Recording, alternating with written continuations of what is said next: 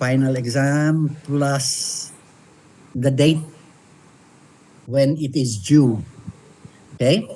Now I understand that you can I guess get an incomplete grade. Can you get that, Sammy? Is that allowed for you? Sorry. No, Good. for an incomplete grade. Are you Uh, allowed? what What do you mean by incomplete grade? Meaning you might not meet the deadline for submission. And so maybe you have a semester to finish, and then I'll only give you the grade after the semester is over. But that is usually for grad students in Loyola School. So I don't know if the same applies for Loyola School of Theology. Uh, Yes? No. this one, I'm not so sure. Maybe Okay, maybe uh, not. So no, it's because I know how many subjects are you taking right now? Eight. we have five subjects. Five. And then how many final exams? I think so far for me, I think only metaphysics and ethics. I have not yet finished. The other subject we already submit our final requirement already. So just my classes now. Yeah, because other Two. class some deadlines already is this week. Usually it's this week is already deadline. Like New Okay. Testament, medieval, already done. What did you have? Oral exams? We don't have. The oral exam for our medieval class is just make a video for 10 or 12 minutes video. That's our oral exam. Okay. Uh, All right. do a video. Anyway, I can then ask that you submit your exam on time, because I was thinking your exam in metaphysics is due on the 19th, right? Yeah. And then I'm asking that you submit your ethics exam on the 22nd. 22nd. So those of you who are in my metaphysics class, is that doable? I think. I think so. Doable. Oh, so you think so? Okay, let me first share what I have by way of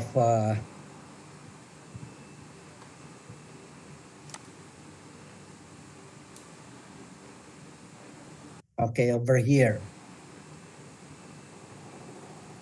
So I have, as part of the module, uh, a final essay requirement. Okay, let me open it up.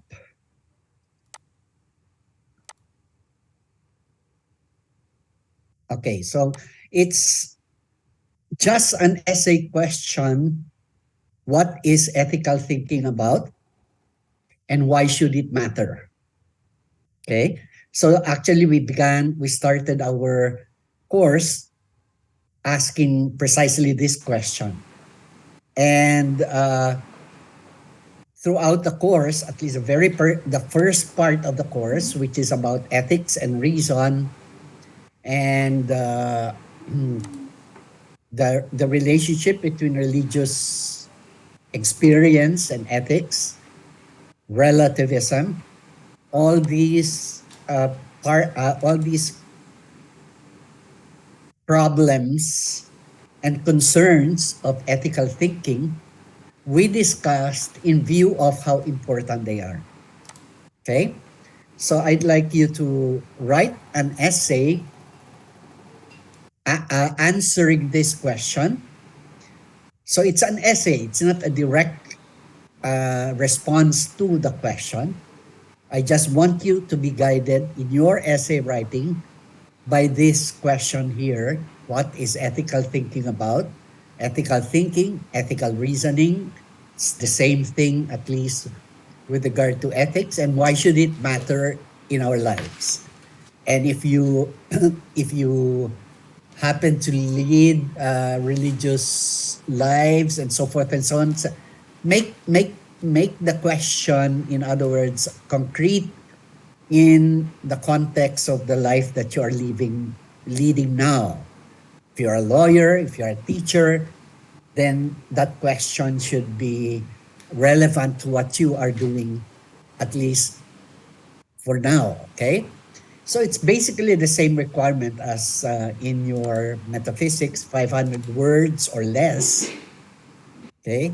And then I have the 6 statements, thesis statements included here, just in case you want to be guided by these statements. These statements usually tell us already what it is that ethics is all about. So thesis statement number 1 is about ethics being a rational determination of right conduct.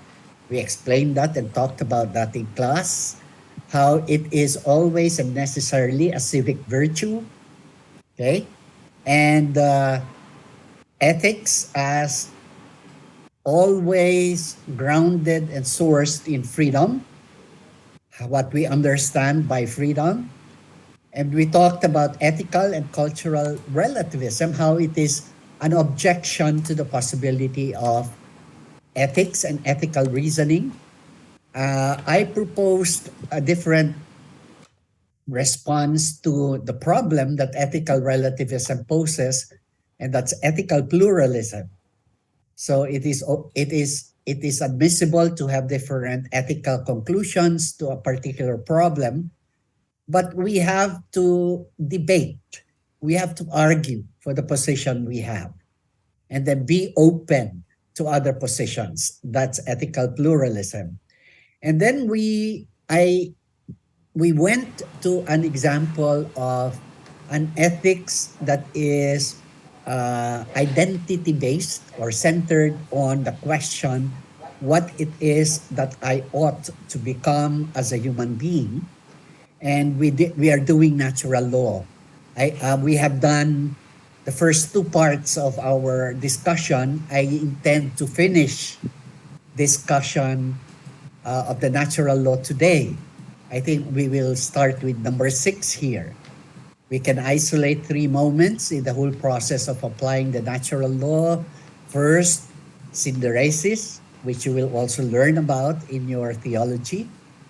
Not quite conscience, but it is the possession of a fundamental principle of morality, which we assume just because we also assume that there's such a thing as a eternal law. And then second would be a consideration of the primary precepts of the natural law. Again, an assumption based on the relation between the natural law and the eternal law, and then the process by which we apply the general precepts of the natural law to the particular situation we are trying to resolve. So it will be noted, I put down here that there is a decreasing generality in the precepts. Okay? And then finally, the judgment that one has to make, which is, of course, to do good and to avoid evil. Now, the whole process from synderesis down to the judgment is what St. Thomas Aquinas calls conscience. So if you understand conscience from a purely religious or spiritual point of view as, God's voice telling us to do what is good and to avoid evil, then you are right, except that upon further analysis and study, conscience, what we usually refer to as conscience, is really this application of the natural law and its general precepts to the particular situation we are applying them to. But the whole process will be called conscience, and it is not contrary to what we understand by conscience, because natural law is linked or connected to the eternal law. Then the whole process of conscience is really figuring out what God's will is for us in this particular situation. So it's like listening to God's voice in effect, except that it is more rational and reasonable to suppose that we are actually doing something ourselves. That will be conscience. And this is what I will be explaining today. Okay? And then as a general summary of the theory of the natural law, I have here thesis 7. So what I'd like you to do is not to answer any one in particular or to explain any thesis in particular, but to just simply write about the question, what is ethical thinking all about and why should it matter? Now, if you wish, and we have been trying to do this also throughout the course, you may use any moral situation or problem that you have or that you encounter wherever you are to illustrate your discussion. In fact, I recommend this highly because it will help you explain what ethics is all about. What does it do? What happens ethically speaking when you are let's say, trying to resolve a moral problem or a moral issue. Okay? You don't have to do research because you have everything here in our course and in the text that I gave you. Okay? So, but if you want to do further research on, or if you want to talk about particular moral issue and its ethical merits or demerits, you have to acknowledge your references and other sources. Okay? As always, I advise that you organize your thoughts well in writing this essay. That is what I would like you to do, which, okay, if uh, I would like you to submit that by May 22 at 5 p.m. in the afternoon. Again, you can submit that here in the portal or Canvas portal that we have here. All right? Are there any questions, clarifications? Father, Yes. uh, when you say, Father, it should be submitted at 5 p.m. on May 22, does it mean that we could submit it before 5 p.m. or Yeah. before May 22? Yes. That is the deadline, in other words. Deadline. Okay, thank you, Father. Okay. So you may submit it before. That's fine. In fact, that's better because then I also have 3 more classes to attend to by way of correcting papers and so forth. In fact, I don't think I have returned your first assessment, right? So my apologies for that, but you will have your grade. Don't worry. Any other questions? Clarification? Does everybody understand what I have by way of the requirement? Okay.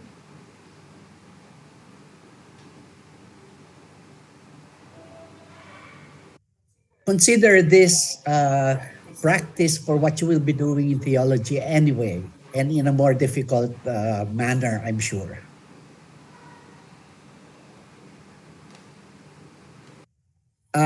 Sister, are you there, Serena?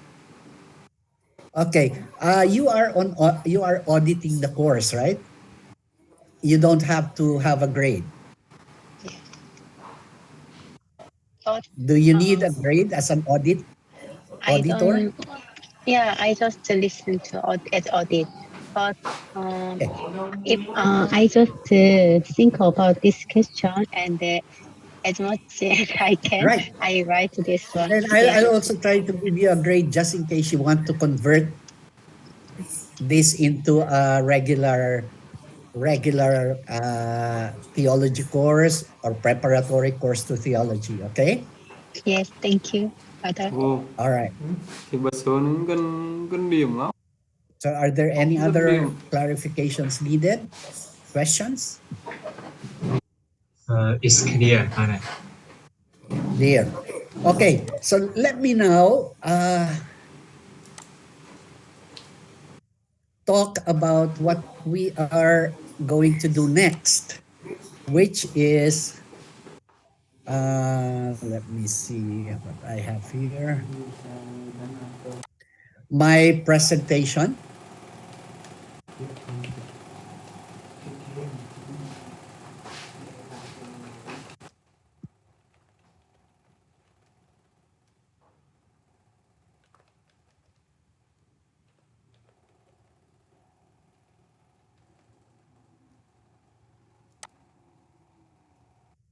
Okay, so I like I said a while ago, I intend to finish our discussion of the theory of the natural law, okay, today.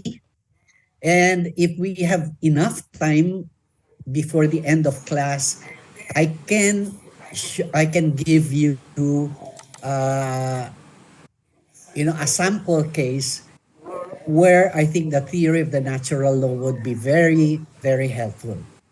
So this is what we have seen so far. Okay, we have seen what the natural law is all about and its relationship to the eternal law.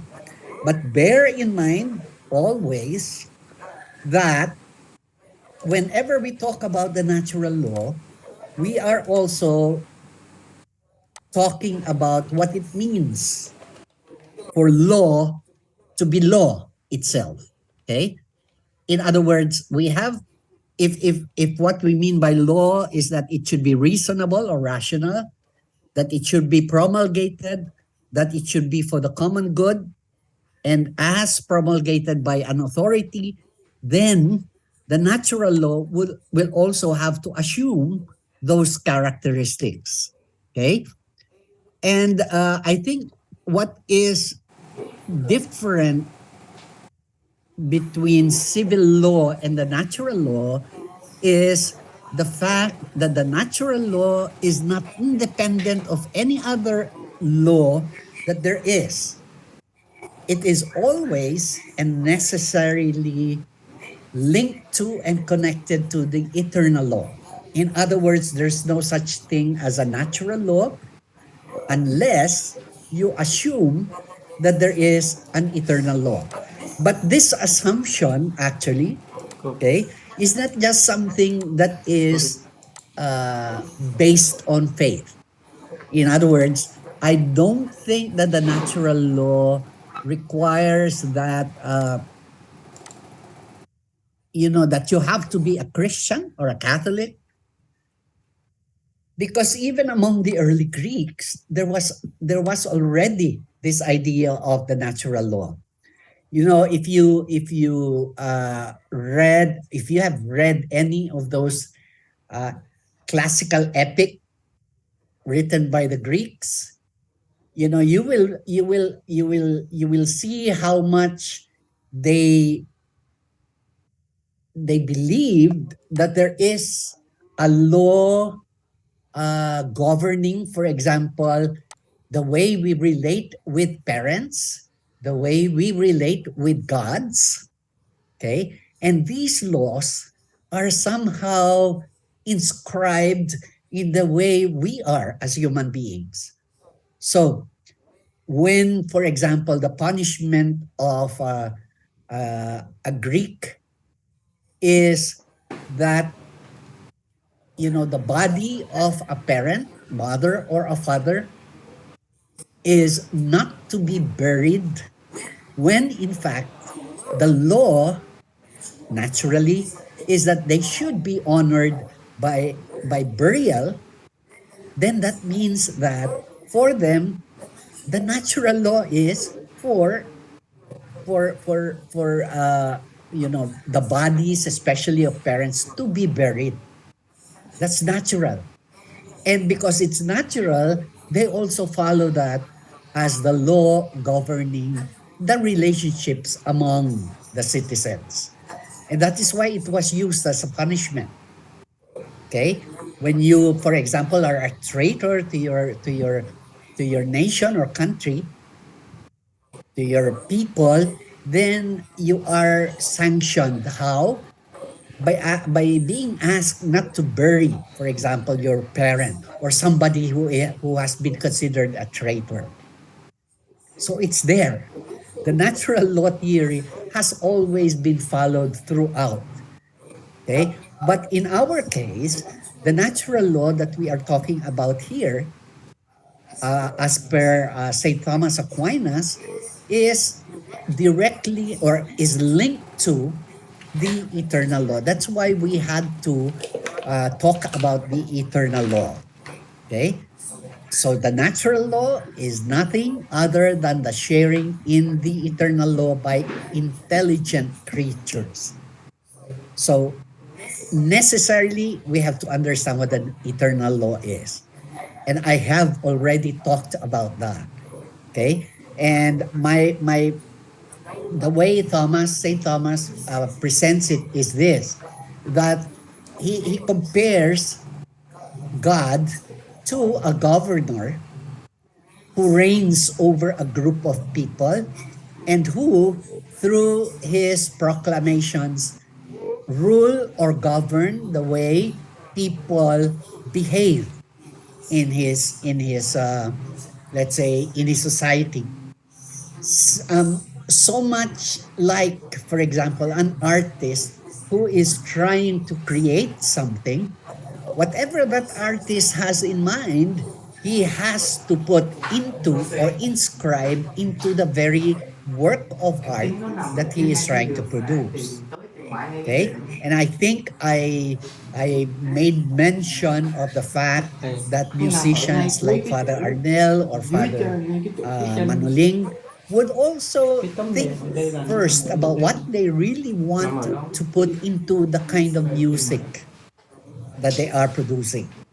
For example, I'm sure if Father Arnel is asked to write music about, let's say, Saint Ignatius's Take and Receive, he will always think first about the spiritual exercises, what Take and Receive as a prayer means to Jesuits and so forth and so on. And all of these in his thoughts are now put into the kind of music that he writes. So that just in case nobody, let's say 50 years from now, okay, nobody else remembers Father Arnel Aquino or Father Manoling Francisco, they can just look at the music that is there. And from that music, take what the music means, what it's trying to depict, what it's trying to say, okay? And then say, well, maybe that is how the music composer intended the music to be and intended it to mean. Okay? So taking that as our cue, the natural law is similar to the product that we sometimes create. So what is the product created? We all know the eternal law. St. Thomas Aquinas talks about how human beings have been created by a divine maker, for example. And now, if this divine maker wants human beings to have, certain goals in life, then such goals should be inscribed into the nature of these human beings. And so we will see later, for example, that, human beings, uh, whether they are your friends or your enemies or whatever human being there is that you relate to, you will see that these human beings will always want to do what is good. And that is why in metaphysics, we make the claim that being, insofar as it exists, is good. Okay? Is good. And given that every being is good, or that every human being is good, then we can see that our movement as human beings will always have to be aimed at doing good and doing the right thing, because that is how we are made, as it were. But that's in general. In more particular ways, we have to have in our nature also, the capacity to achieve this good. And so, if it is good, for example, that we ought to procreate, okay, to have children, to populate the world, and so forth and so on, or what Genesis would say, go, increase and multiply, and so forth and so on. Although not in that sense of just procreating, we have to procreate responsibly. Okay, that should also be, or we should also expect that kind of movement in human nature, so that there should be something in us human beings, uh, something in our members, the way Aquinas talks about, let's say, our tendencies as human beings. We should have those tendencies to procreate. Okay? Which is the question that I am often asked by my students in Loyola schools whenever I talk about this tendency to procreate. What about you, Father? So are you going against the natural law just because you're not going to get married? And so forth and so on. And I always tell them, but you see, there are other values that may be superior to just simply heeding these natural tendencies. For example, how about freedom, and so forth and so on. But that will be for a later discussion. But you see, in other words, my point here is that whenever we talk about the natural law, we have to link it to the eternal law, because otherwise, the natural law in itself, we cannot understand, is incomprehensible. Okay? More particularly, if we don't link it to the eternal law, especially the idea that human beings are rational, and so therefore they have the tendency in themselves to seek the truth, then we would be no better than animals who just are ruled according to their instincts. That is what is natural to them. Okay, but human beings, we are different. In other words, because we have the reason to understand what it means to be a beings according to the image and likeness of God, and so forth and so on. And that's the natural law. Okay, so consider that as my background for understanding the natural law. So what I'm actually saying, just to summarize what I've been talking about, is that unless we assume that there is such a thing as eternal law governing us according to our what we are as human beings, then it doesn't make sense to talk about a natural law. Okay? That is why this is a general assertion by St. Thomas Aquinas concerning the natural law. He says the natural law is nothing other than the sharing in the eternal law, by intelligent creatures, sharing. So what do we share? We share the eternal law. Where? In the fact that we are human beings. We do share in the eternal law. And so when we try to be good, when we try to look for the right things to do, we have to discern right where we are, how we are as human beings in order to figure those out. Okay? Questions? That is the context for our study of the natural law. Now we have to focus on the natural law itself. Okay? You are not financially. Uh, in your text, let me I did share it. with you.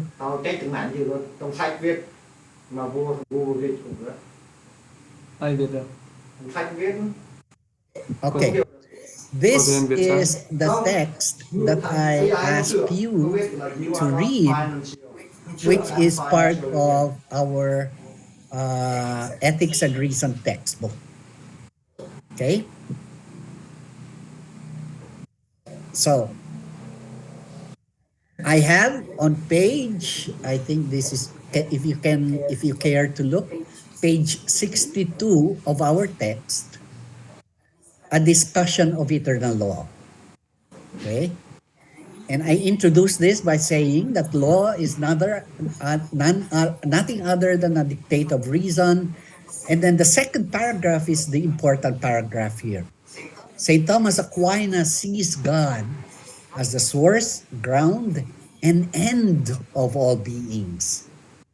End means the goal of all human beings. That's why in the spiritual exercises, the foundation, principle and foundation says, I ought a God, I have to serve, I have to revere, okay, not just as my source, but as the goal of my entire being. Okay? So this is one way of expressing the fact of creation. Now, as creator, God did not create arbitrarily, but in view of his nature as perfectly rational. So like an artist who has an idea of the work to be created and of the means to its fulfillment, St. Thomas sees God as conceiving all creatures eternally. Why eternally? Because God is eternal, according to their different kinds. In other words, he conceived their ends and the means to the attainment of these ends. Uh, I guess you can say, when you look at a tree, what is the end of a tree? The end of a tree would be the purpose for which it exists. Okay? It exists for, let's say, for shade. It exists for birds of the air to have build their nests. A tree exists for the wood that it is able to supply people for their houses and so forth and so on. Where did I find that? I find that in the nature of the tree. And by not deduction, but by discernment, because God created it, God must have intended the tree to have this particular function. So, if human beings who are more than trees destroy trees for no other reason than that, he has the power to do, to destruct or to destroy trees, then he's not doing the right thing according to what the tree was intended to be in the first place. But that is the tree. How about the human being, which is our focus here? What is the human being's end? And how does the human being attain such an end? Okay? So, this divine wisdom, eternal law, its communication is the eternal law, as we said. It is promulgated, it is rational, okay? And it is promulgated by an authority, no less than God Himself, okay? So it has all the characteristics of law in general. And we have seen that before. And that's the reason why Aquinas now says the eternal law is nothing else than the plan of the divine wisdom considered as directing all the acts and motions of creatures. You cannot be more concrete than that. And this is from the Summa Theologica. Aquinas says the eternal law is nothing else than the plan. You know, that's why sometimes we think of God as a governor because he has plans for his people. We think of God as the architect of everything created because he has all these plans. Where?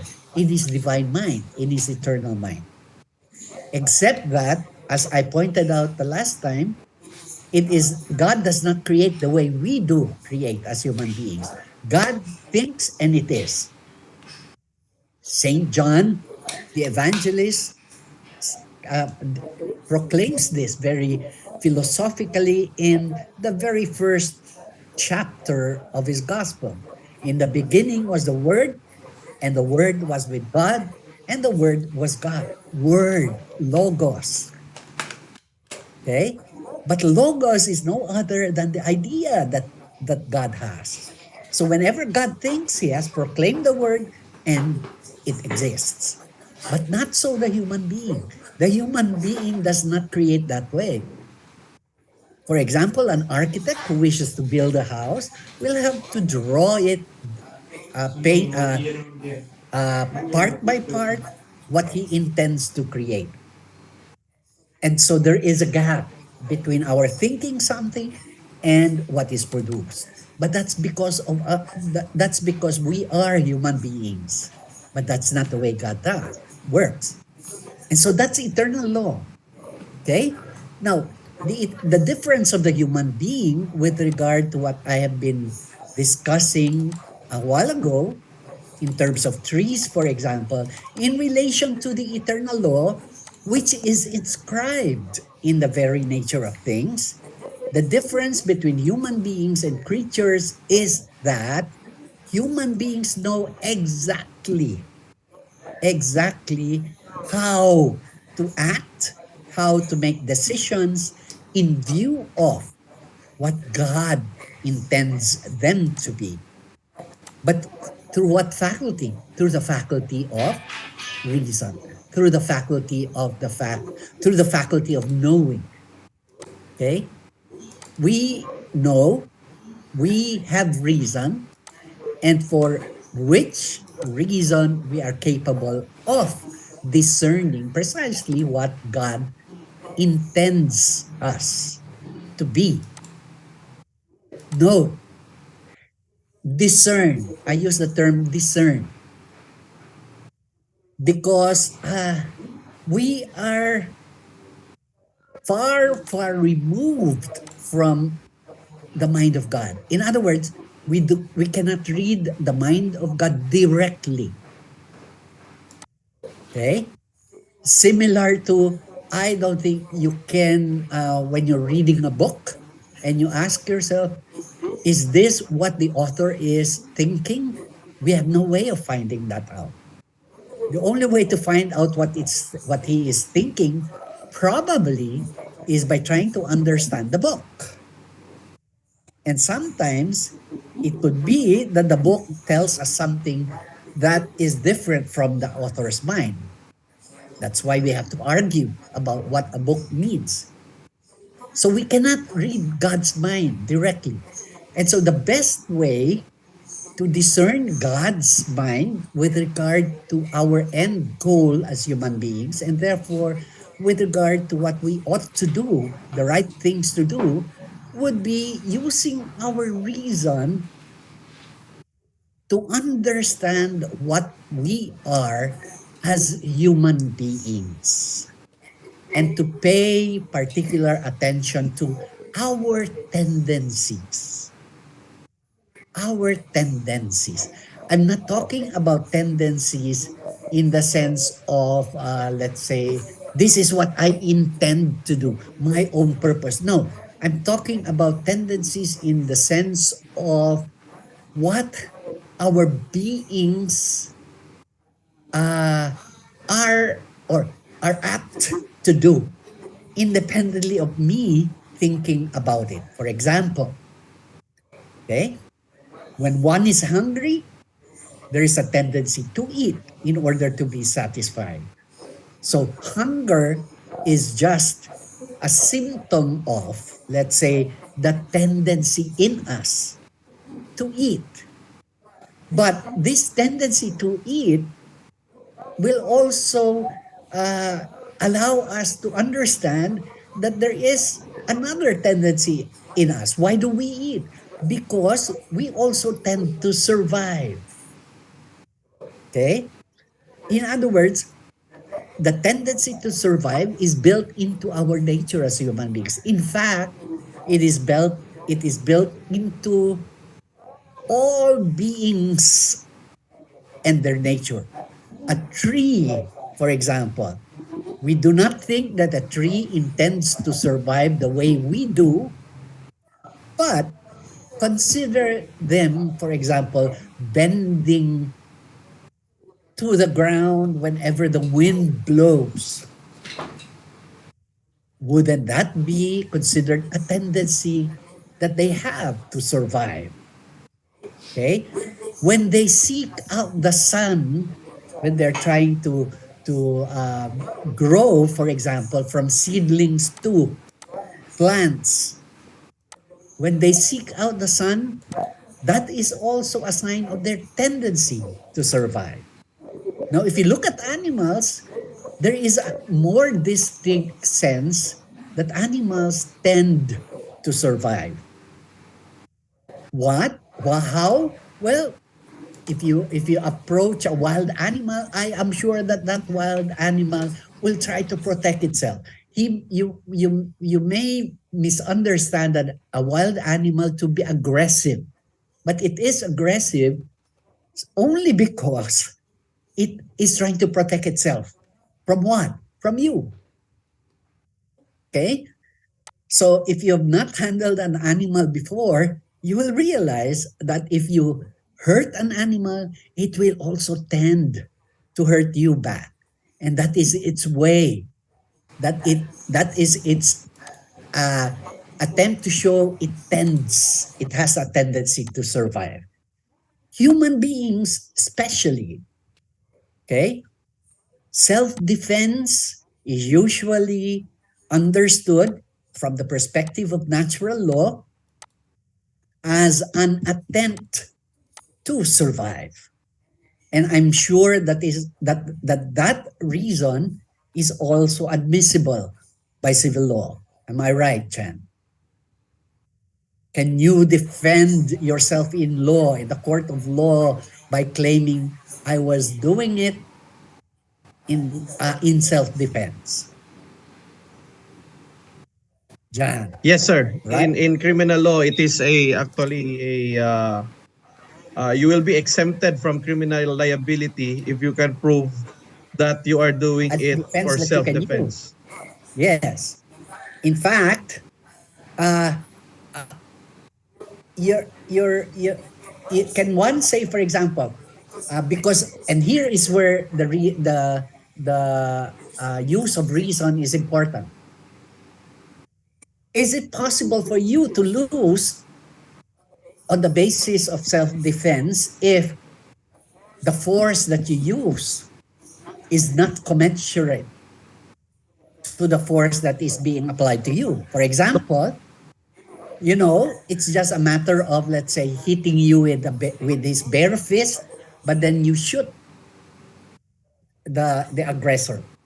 Will you be able to say, I'm sorry, but that was in self-defense? Mm.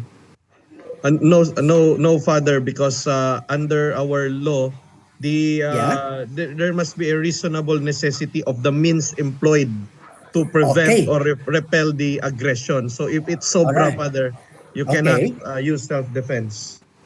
But that is subject to a rational decision or evaluation, right? Yes, Same thing Father. here in the natural law. I mean, that's the importance of reason here. That's the importance of thinking.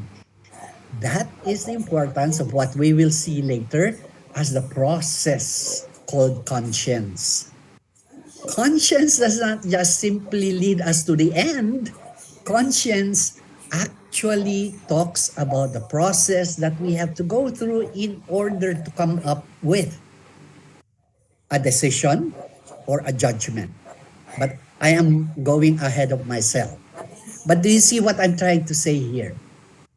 That is the difference between a tree and a human being. A human being knows exactly or understands that the tendency that he has to survive will have to be reasoned out, justified. Okay? Are there questions at this point before I move on? So let me read this part. Things or creatures act in certain ways precisely because they are what they are. Okay? They cannot perform actions contrary to their nature. And animals are governed by instinct. Okay? Thus, all creatures other than human beings participate unconsciously in the eternal law. And this is reflected in their various natural tendencies. The human being, however, as a rational and free being, is capable of acting in ways that are incompatible with the eternal law. In other words, we can go against the eternal law. And that is why there is right or wrong in our decisions and actions. Because we can actually decide and, of course, irrationally make the decisions against the eternal law. So it is then essential, I write here, that the human being should know the eternal law insofar as it concerns him. Okay? Any questions? Are there any questions, guys? None? So, how can we, this is the important question that I raised a while ago. How can we know the eternal law if we cannot read the mind of God? And thus, we have the natural law in particular. Okay? So that is now reading the natural law in particular. Before we answer the question posed above, let us clarify some things about the natural law I wrote down here. Why? Because we can be misled. Okay? First and foremost, uh, we have to understand that the natural law is not the same as the laws of nature. Okay? What does that mean? It's not like the law of gravity. It's not like E equals mc squared. The law of how light travels in space and time and so forth and so on. That's not what the natural law is. In fact, you can distinguish them by saying, you know, uh, laws of nature are descriptive, while the natural law, in distinction to the laws of nature, are prescriptive. They tell us what we ought to do. Okay? So, given that, The word law uh, must also be distinguished from what? From civil law. Although it shares a lot of similarities with civil law.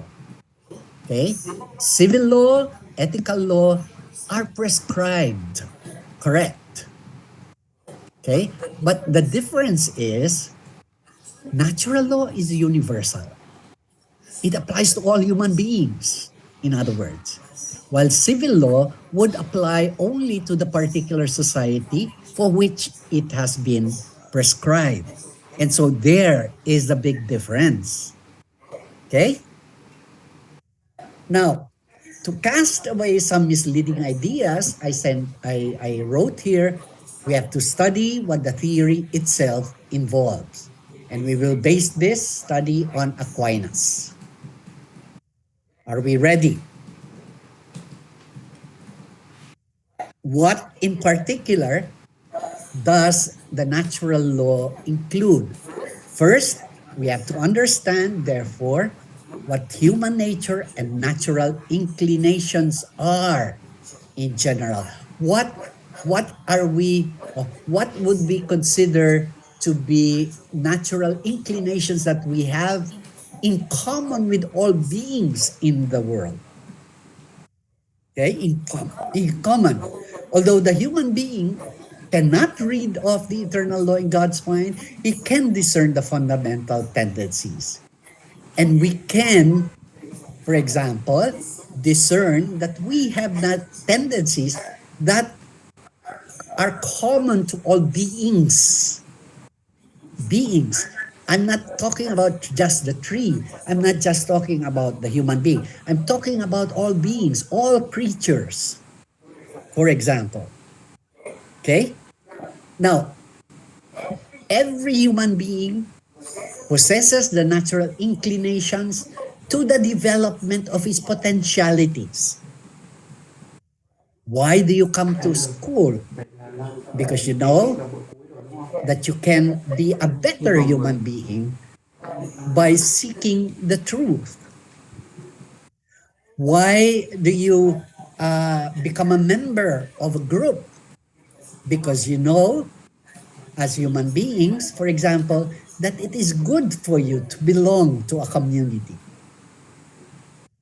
And so forth and so on. So by reflecting on these natural inclinations, we can come to a knowledge of the natural law. After all, the human being is rational. Okay? So perhaps we can understand or find out what human nature is by looking at what human beings have in common. So aside from the fact that we have things in common with beings in general, all beings, we look at all human beings and we will also see that as human beings, we have tendencies that we have in common. Okay? To put it another way, I wrote here, perhaps we can discover what human nature is by identifying those goals that human beings and only human beings generally tend to seek. Okay? And then finally, you know, whenever I look at those tendencies, therefore, what we are actually looking for would be the way by which we have been, uh, let's say, created to fulfill our potentialities as human beings or as beings. Okay? But look, it is always by the light of reason. It is not, in other words, as I kept mentioning before, it is not because I feel something. No, it's because reason actually discerns by looking at our tendencies. That is the reason why sometimes, you know, I can have the feeling of hunger. But because I am capable of thinking, I can still apply my reason on this tendency. Like, for example, I haven't eaten breakfast yet. I am hungry. But my reason tells me I am doing something more important now, like teaching you. And so I cannot just simply leave and go downstairs to our refectory and start eating. No, reason tells me it is more reasonable to stay put and finish this lecture and finish this class. Okay? So there is a sense in which, therefore, using reason, we can still argue towards what is right by using reason, and sometimes even against the tendency that we have.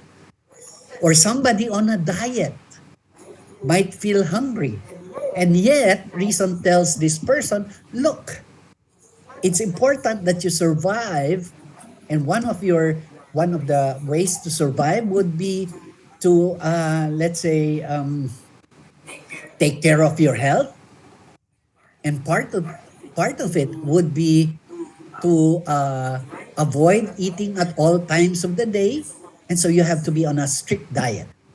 That is what reason tells us. So the tendency to survive in that sense, or to live a healthy life, will trump, let's say, my feeling of hunger. Because in the end, I can say, oh, I feel the hunger, but it's not reasonable to give into it at this point. And so there is now the conflict between reason and what we feel. But for the theory of the natural law, what is important in the discernment of what is right is reason. Okay? So let me read this part here. By the light of his reason, the human being can arrive at some knowledge of the natural law. And since this law is a participation in or reflection of the eternal law, the human being is therefore not left in ignorance of the eternal law. He is not left in ignorance of what God intended him to become or to be. Okay? Do you understand this? This is a very important, I think, connection between the human being and his capacity to reason and the eternal law. And that is the reason why the natural law is nothing else but a participation of the eternal law in a rational creature. Okay? Are we ready to move on, or are there questions at this point? People?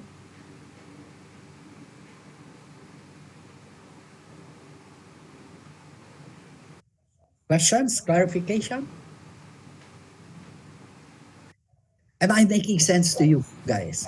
I know I am now sounding like I'm rushing things, but yes, that's correct. I am.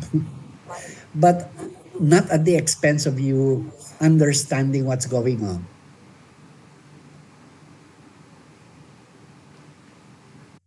Winston, any problem? I'm okay. I'm good. Thank you, Father. You're okay. You're good. Nadim? Felix? No problems? Yes, Father, I can still follow. You're following. Midel, Yo है. any questions? None so far, Father. Thank you po. All right. So shall we proceed? Because the next Yes, part Father. of our discussion has to do now with the precepts of the natural law. In other words, we talk about law as having promulgated precepts. Do this, do that. This is what you ought to do. This is what you ought to avoid.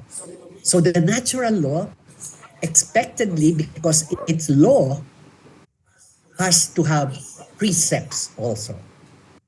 Okay? So we said earlier that the natural law itself refers to the precepts that result from reason's promulgation. Who is promulgating the precepts of the natural law? Is it God?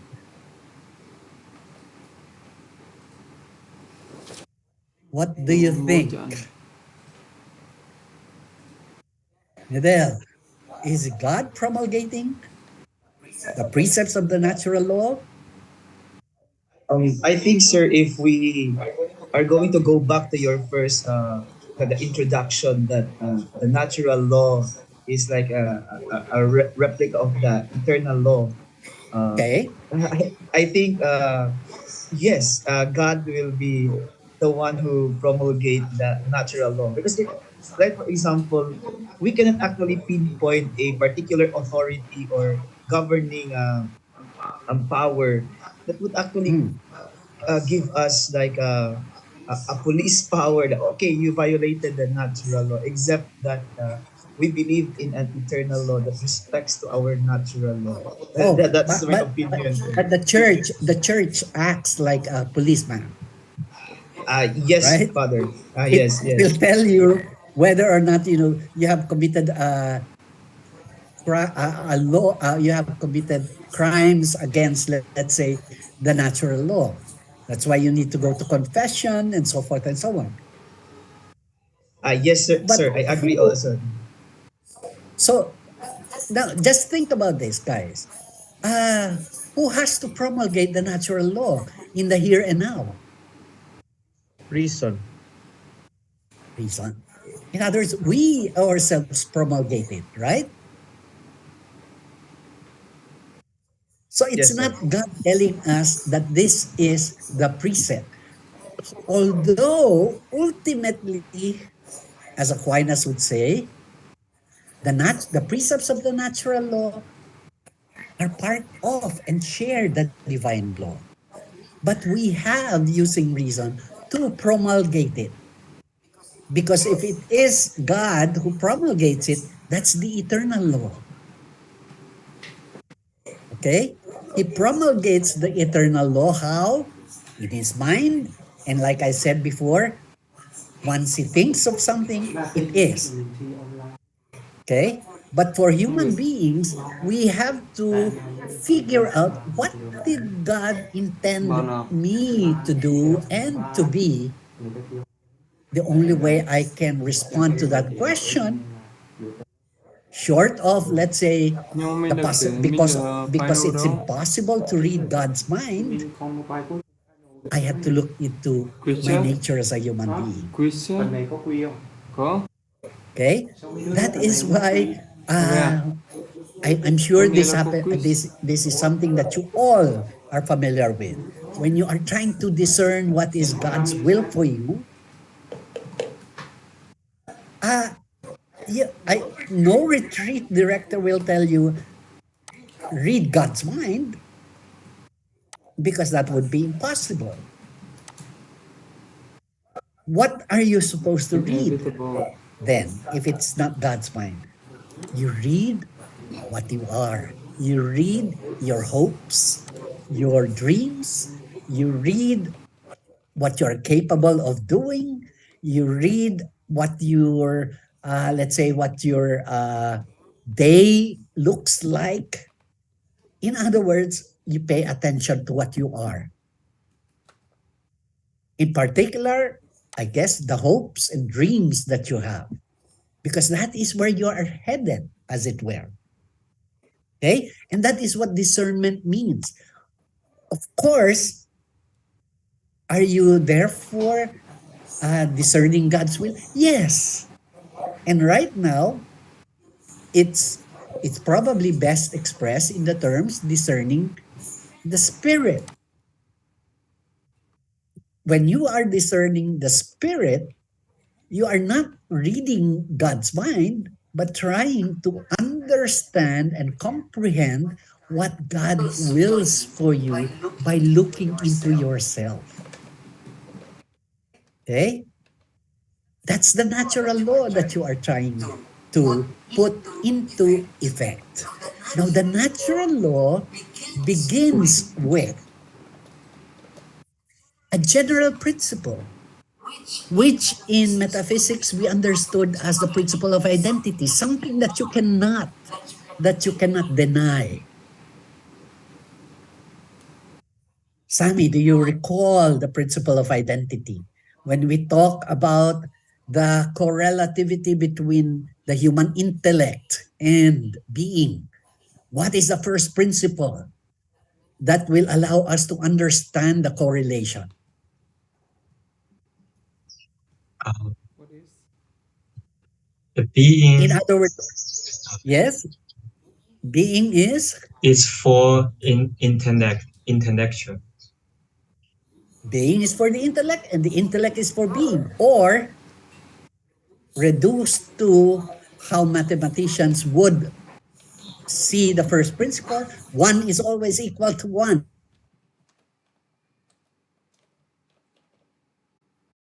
And from that principle follows all other principles. Okay? Now, for the theory of the natural law, there is also such a thing called the first principle. And it is this first principle that gets us moving in our search for what is good, in our search for what is right. Okay? So we have here, therefore, what is called synderesis. Synderesis, the first principle of practical reason, which is equivalent to the first principle of theoretical reason, principle of identity. In other words, this is the source and ground of this desire of us and built into us to seek the good always. So according to this universal principle, also referred to as the primary precept of the law, good should be done and pursued and evil avoided. That is the first principle. And that makes sense of any attempt by us, okay, to make good decisions. That has to be a first principle. If you don't assume that the good is to be sought and evil to be avoided, then you cannot make sense of, let's say, any attempt by you, okay, to ask yourself what is the right thing to do here. Because why would you be asking yourself that if there is no such principle? That you ought to seek the good is to be done, and evil to be avoided. So Father. that is synderesis, in other words. That is the first principle of practical reason of the natural law. Okay? Yes, question, Medel? Is that we call conscience, Father, or it's different? Some refer to this as conscience. But for Aquinas himself, this is just the first part of the whole process of conscience. So in other words, synderesis is our natural possession of the very first principle of practical reason, that good should always be done and evil avoided. Okay?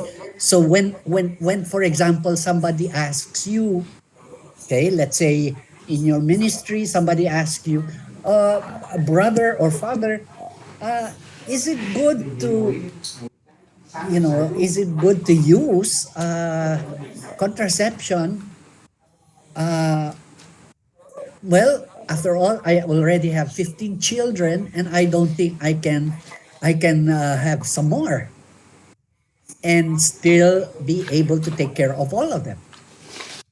Now, the first principle of practical reason, synderesis, tells you this person actually wants to do the right thing. So this person is in possession of, naturally in possession of this principle that good should be done and evil avoided. Otherwise, it does not make sense for her to be asking this question. Okay? So that it doesn't make sense to ask, for example, uh, why? What is it to you?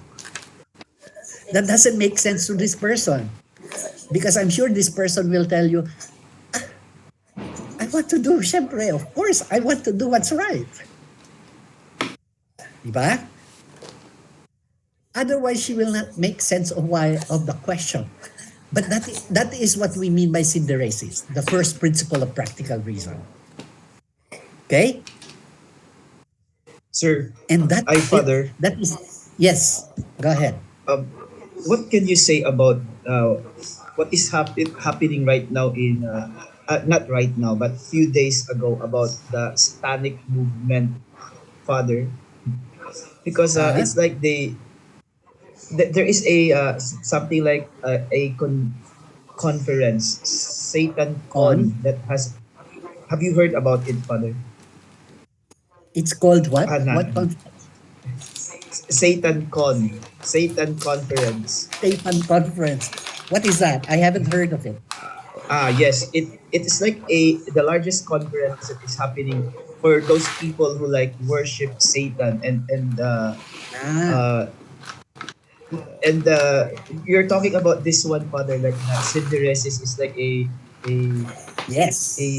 built-in Yes. na reason that we have to pursue what is good and avoid what is evil. But what can Evil. you say about these No, people who first and foremost, that's why your metaphysics is important here. This synderesis is actually built into your being as a human. Okay? So that it is not uh, it is not it is not unreasonable to affirm that every human being is good naturally. Okay? These people attending this conference just on the basis of being human, are they good? Is there a tendency in them to pursue what is good and avoid evil? Okay? But you see, reason will still have to determine, look, is this the right way to pursue good and avoid evil? But we will have to go to this what we call the primary precepts, because that is only by way of the first principle to understand what human beings are naturally. Okay? But then reason will tell us, look, maybe the way they are trying to or their discernment of what the right thing is to do is not correct. And we know that there are people who can be misled, okay, can be misunderstood. That's why I'm telling you, guys, you have to read, you have to go through your Facebook posts and so forth and so on, always with reason. Why not? Why? Because at a certain point, you and only you can determine whether something is true or not. Okay? So it's not so much that the person who is lying is bad in himself or herself. It is just that perhaps his reason is not able to tell her or him what the right thing to do is. And so he's lying or she is lying and so forth and so on. Okay? So reason Thank you is so quite much, Father. important. Nadim, question. Hello, Father. I just wanted to Yep. clarify if my understanding is correct with response to the natural law, that natural law is always subject to interpretation, or it is always open for interpretation, and so that there is no objective way or to know Okay. what is moral and ethical with All response to right. natural. Actually, there are two questions in your question. First question is, what do you mean by objective? Right? Because if we know what is objective, then we can tell whether the natural law is an interpretation that is subjective or objective. Gets? What do you mean by objective? I don't think that we can say that for something to be objective, we have to be absolutely sure what it is. For example, some things are unlike this table that I am using because this table is an object and there's no way I can deny it that it is here. Okay? So some things can be objective in that way because we can perceive them sensibly. They are tangible. But there are other things that are objective, like, for example, what would the natural law prescribe that I do in this situation? Is it possible to be objective in that situation? Not in the sense of facts and not in the sense of these objects that I can sense, but in the sense that we can agree. Okay, we can agree about what we are saying. There will always be disagreement, yes, but because we can justify what we are saying, that is equivalently being objective. In other words, I did not just make it up. Okay? In fact, philosophers today define objectivity as that which separates you from me and which is right between us so that we can talk about it. When, for example, I say, chocolate, this chocolate that I'm eating is bitter, somebody will say, that's just your subjective opinion. But, you know, I could say, you're hurting my ability to make a good judgment. Why? Because it's not subjective in the sense that I just made it up. As a matter of fact, I ask you, do you understand what I mean when I say that this chocolate is bitter? And you, I'm sure, will say, yes, because I tried to taste it and it's not bitter. So we know what we're talking about. That is what makes even taste objective. We can talk about it.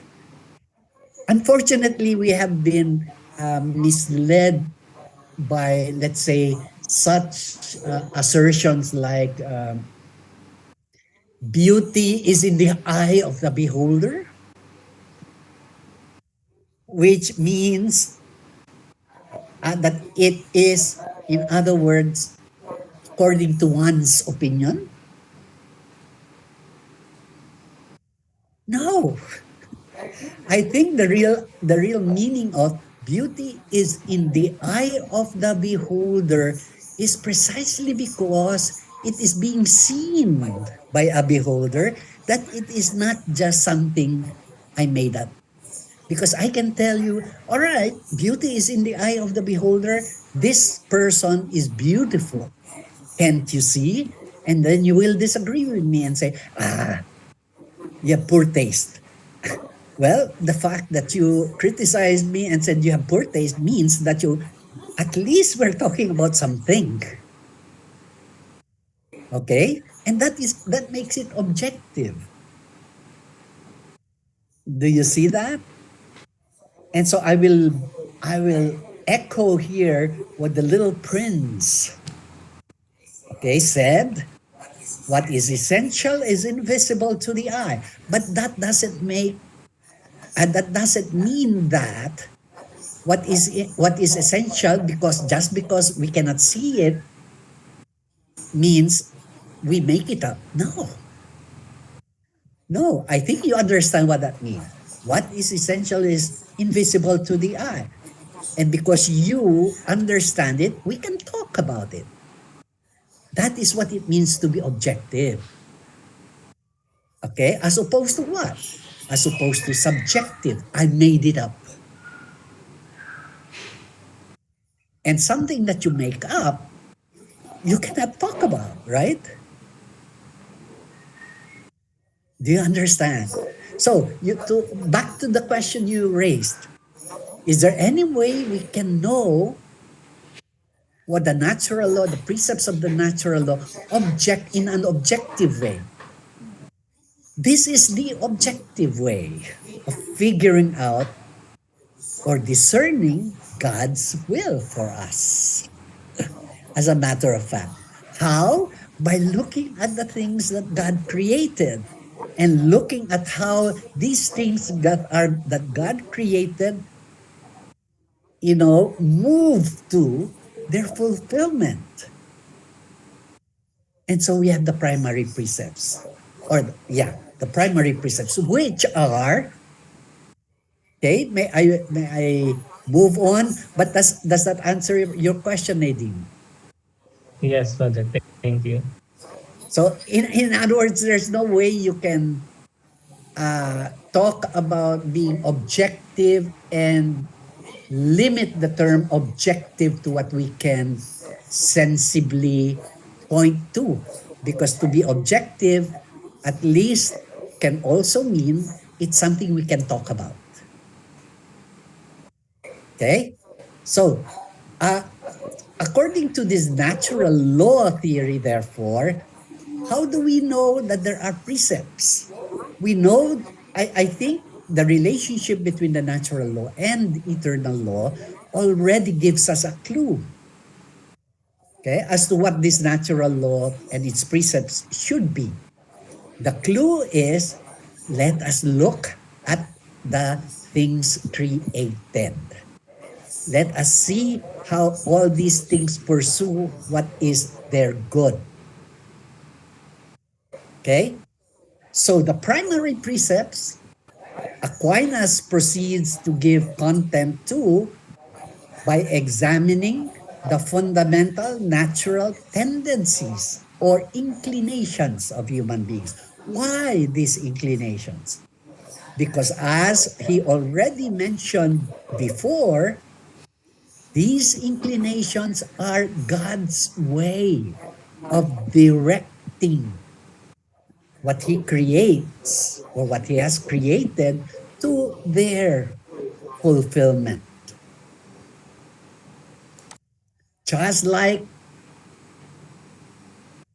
Father Ardell writing his song, okay, he directs the song according to what he wants the song to be. Okay? So, examining the fundamental natural tendencies or the inclinations. Why the latter? I gave the reason here. By examining human beings' nature and natural inclinations, one can discern the good for human beings in the natural order. First, there is, I think we have to go through this, although sometimes it it doesn't go according to this outline here, but usually, and this will be the first division, human beings have inclinations or tendencies that they have in common with all things. And what would that inclination be? That we have in common with everything that is created: the tendency to survive, the tendency to keep on existing. Oh, but Father, how about a stone? Well, a stone tries to keep itself intact. You have to hit it hard against something hard for it to break apart. So maybe that is its way of trying to, or tendency to keep existing, right? How about an atom? Well, figure it out. Split an atom, and it will release such an energy it could kill people, like the atomic bomb. Okay? What did you just do? You tried to destroy it. You tried to attack it, as it were, to use a term that we human beings use, and it tried to refuse being destroyed. And the only way you can destroy it is to release this energy that is keeping it, that is keeping itself intact. Okay? Or just to to provide more examples, try to hurt or go after, let's say, a cat, a stray cat. Why would it try to run away from you? Because instinctively it knows that when somebody runs after or chases it, it intends to maybe kill it, make it a captive, and so forth and so on. That is against its tendency to exist. Human beings, and here is where you now have a justification for self-defense. Okay? Because human beings always naturally have the inclination to keep existing. Now, figure that out. Reason has to reflect on this tendency to keep on existing and branch out into all kinds of natural precepts or precepts of the natural law. Right? So when the church, for example, allows for self-defense, talks about just war, all those things that the church says are ethical, like the just war principle, is based on this first division. Because human beings tend to keep existing. If you attack a particular country, like Ukraine, for example, is being attacked by Russia, will the church say that's being ethical? As a matter of fact, it is trying to convince Russia not to do it because it is unethical. And on the basis of what? On the basis that human beings ought to be preserved. Life ought to be preserved rather than destroyed. That's the first division. Okay? Now, moving on, there is also what Aquinas says would be a second division. Human beings also have inclinations that they have in common with all animals. Aquinas is, of course, specifically, focusing on the inclination to propagate species and to bring up offsprings. Bringing up offsprings means not just producing, but also taking care of them. And this is the reason why in civil law, I think in our constitutions, usually when you have to decide, when the law decides between father and mother, when it comes to where the child should be given, at least initially, they will favor the mother. Why not? Why? Well, according to the natural law, looking at both mothers and fathers, male and female, it's usually the female that takes care of children, that will have the more caring hand. Okay? So again, that is that would be a second division of precepts based on what? On the inclinations to propagate species. Now, why does the church object to, let's say, the use of contraception? Because of this. There is an inclination to propagate species. But then, of course, bringing this second division up to date to our times now, you know, people also bring up the idea that according to this inclination, it's not just a question of propagating species, but also of taking care of offsprings, right? And so if we are not capable of bringing up, of taking care of children, why should we propagate? That's another question, which, by the way, is still rooted in this second division, which is a division focusing on inclinations involving the propagation of species and bringing up of offsprings. As I point out here, reason reflecting on these tendencies now promulgates the precept that the species is to be propagated. And you can also use this against war and children educated. You can now use this precept, second division of precepts, to make the claim, if you prevent somebody from enrolling in school just because there's no money, that is immoral. That's unethical because it is natural for all parents to take care of their kids. And part of taking care of their children would be sending them to school where they can search the truth. Okay? So, from this natural inclination that we and all animals have to engage in sexual intercourse and to rear offspring, we can infer that propagation or procreation is a value and that we therefore have an obligation to produce and rear children. This is what is behind the church's moral proclamations, okay, regarding sexuality. They are all bunched up under this division of the natural law.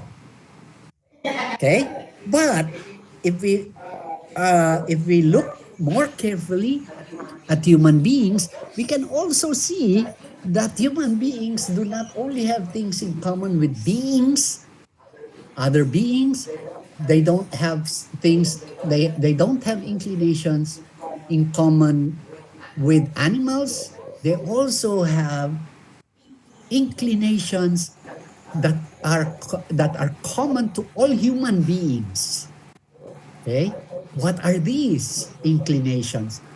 There is the inclination to seek the truth. That's why lying is against the natural law. There's also those inclination to want to live in society for our own protection.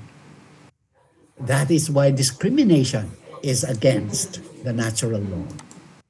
Okay? There's also that inclination to believe and worship a God. That is why it is wrong to discriminate against somebody for practicing a particular religion. So all of those reason would reflect, given those inclinations, and now promulgates the precepts that human beings should seek the truth and avoid ignorance. If you are preventing somebody from learning the truth, then you can be said to be going against the natural law, in particular this division here of precepts. And so medical doctors sometimes debate, does a patient have to know his proper condition, like he's about to die? Or is it okay to hide this truth from a patient? Why do you ask that question? Because there is the natural tendency of human beings to know the truth, especially in regard to themselves. So again, reason has to figure out, maybe what does this is this patient, okay, lucid enough, rational enough to understand what's going on, and so could make his or her own decision. They would all fall, that question would fall under this division of precepts. And so the doctors will have to figure out, yes, this patient is rational. Yes, this patient is capable of making his own decision. And so, yes, according to the principle, the third division of the precepts of the natural law, the patient ought to know the truth. Maybe I ought to tell the truth. I ought to tell him. He should know what's going on. Do you see how that is done, guys? So it's not just a question of like people who think that the natural law is just simply general application of, let's say, do not kill, do not disrespect your parents. No. Although those are based on the natural law, reason will still have to what? To try to figure out how the general rules apply to the particular. And that's why I said in this set of notes, there are secondary precepts. These secondary precepts are now derived from the primary precepts. But for why? For what reason? Well, we have to derive them so that there is a decreasing generality in the precepts, because look, between the question of this woman who asks, is it okay to use contraception because I have 15 kids already and I can no longer take care of them? If you just simply say, oh, what does the natural law say? And you stay with the general precept, there's no way you can respond to that question in particular. Can you? Can you just simply say, oh, we have to propagate our species? Would that be a correct response, do you think, to the question of this lady? Would that be the natural law itself in response to this lady? My suggestion is, because St. Thomas Aquinas, okay, makes mention of the fact that reason is what is important in this whole process. We have to use reason in order to be able to apply the general principles to the particular. Okay? It will be noted then, like I said here, that there is a decreasing generality in the precepts. The moral agent's action may begin with the more universal precepts, but we cannot stop there, because the more universal the precept is, okay, like go propagate, the less it has to say about what action in particular I ought to do. So as a moral agent, in the process of practical reasoning, I have to move beyond the realm of general rules to through a series of more and more particular judgments until I eventually reach the single decision that this is the right thing to do, this is what I ought to avoid. So we can therefore isolate three moments in the whole process. First, there is the synderesis, do good and avoid evil, the first principle of practical reason. And then there is the second, which is discerning what the general principles of the natural law are, okay, and all the way to the particular or the concrete situation that I'm trying to understand. And then finally, there is the judgment, to do something because it is good or to avoid it because it is evil. Now, this, okay, contrary to what we what we are used to understanding by conscience, is what Saint Thomas actually says what conscience is all about. So, is conscience the voice of God as we learned it as kids in catechism? Well, yes, but not according to the way we understood it as children. Okay?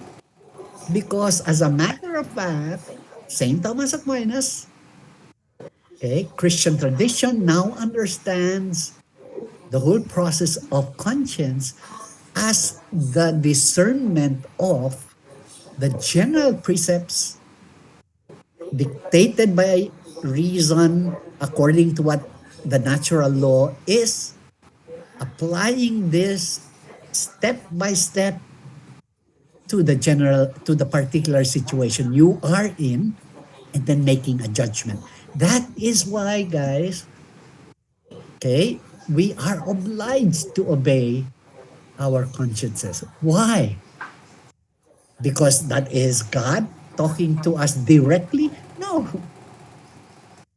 Because that is the best way we are able to discern, okay, the laws as prescribed by the natural law, and because it is linked to the eternal law, okay, that is what we are expected to do.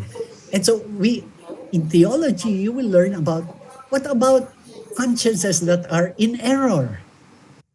And the answer will be, by all means, you are also obliged to obey them. But they are in error. Well, what do you know? You How know, will you know? you don't know you are in error until you have made the judgment. And then somebody will point out to you, look, you are mistaken.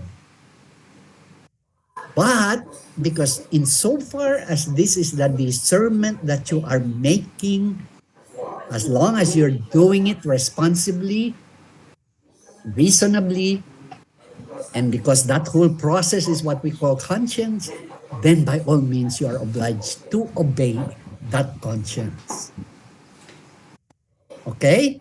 And in this set of notes, I have more things to say. Please read. Okay? But hopefully you are now at least knowledgeable of what the natural law is, its precepts, and how it is applied to particular situations. Okay? So don't, if somebody tells you, no, natural law should be easy to apply. No, it's not. Because you have to go through what is called discernment. You have to go through what is called rational, a rational process. And the most uh, frightening thing is really coming up with the decision. Supposing you are told, yeah, what you want to do is wrong, but you feel bad against, obeying it. But so be it. Who told you that something is good only when you feel good about it, or something is bad when you feel bad about it? No. Okay, that is when you say and you say then that what you're doing is purely subjective rather than objective. Okay, guys, I think I have taken enough of your time. Okay, how about we lie to save a life? Is it the truth? Is it part of the truth to save lives? Yeah. Sometimes you all right. This is a question from Medel, and I think he's using the example of Jews during World War II who lied left and right in order to save Jews escape. If you are doing Kant will say this is wrong. But the natural law will tell us, yes, there is going to be a conflict here. Conflict between telling the truth and saving lives. But saving lives in this situation also involves the truth.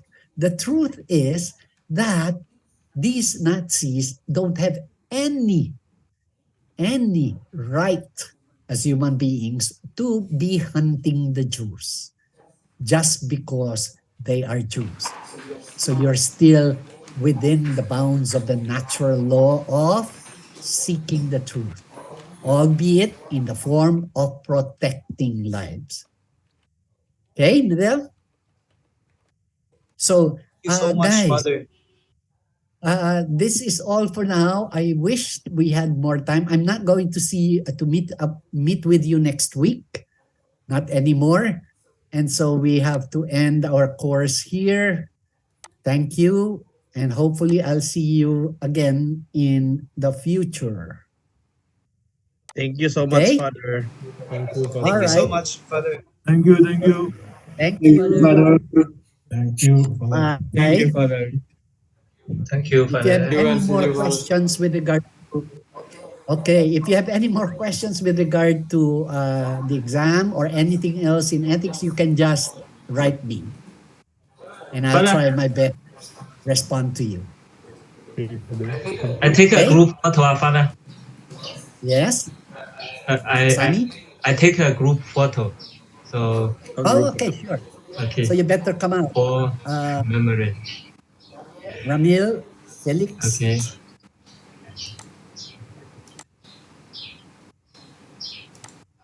Uh, okay. 1, 2, 3.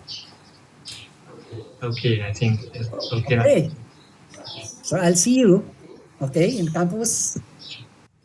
See you, Oh, Father. bye. Thank you, Father. Thank you, Father. Father. Bye, Father. Thank you, Father. Bye.